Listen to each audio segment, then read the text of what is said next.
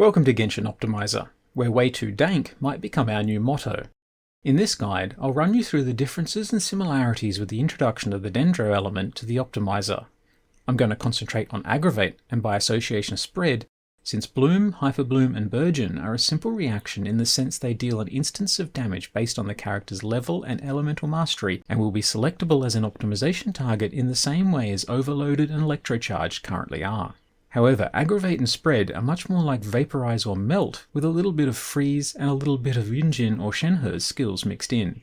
But unlike Vaporize or Melt, which trigger when applying Hydro or Cryo to a Pyro-affected enemy for example, you must first put the enemy into the Quicken state by applying both Dendro and Electro, similar to putting an enemy into the Frozen state by applying Hydro and Cryo.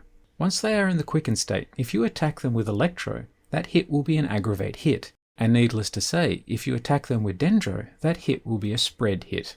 While Vaporize and Melt are always a fixed 1.5 or 2 times multiplier at the end of the damage formula, Aggravate and Spread insert a flat attack bonus based on the character level and elemental mastery of the triggering character at the start of the damage formula, much like how Yunjin and Shenhe's skills work.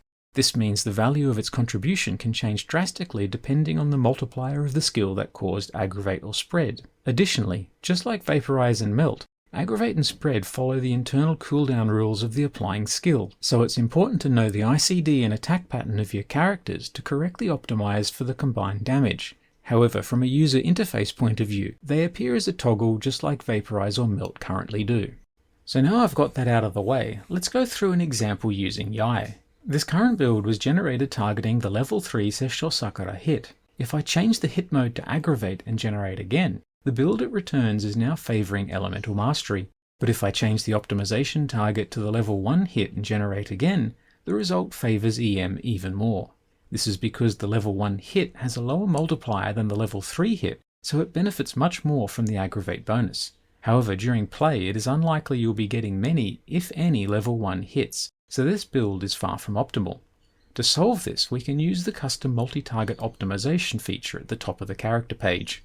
Yai mains, please don't hurt me if I don't get this 100% correct, but let's build a rotation assuming a single burst per rotation against a single enemy. Yai typically starts her rotation by using her elemental skill 3 times to place her totems, but it's likely that they'll strike once before the third totem is placed, so the first hit will be at level 2, and assuming Dendro is in play and the enemy is already quickened, it will be an Aggravate hit. Since her skill has a standard ICD of every 3 hits, the next 2 level 3 hits won't aggravate, but the third will.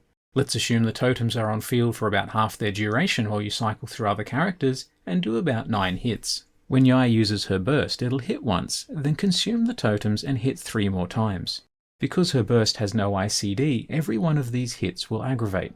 Now she places her totems once again, and lets them stay on field for their full duration, which is 15 hits total.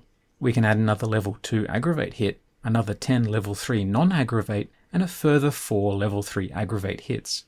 Now when selecting the custom multi-target from the optimization target pop-up, it will take all those different skills, hits, and aggravates into consideration.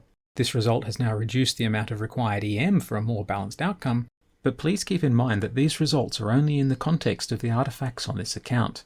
Don't take this as an example that you only need this amount of attack, EM, and crit for a Yai Aggravate build. And of course, the exact same process can be used for building a Dendro character for spread attacks.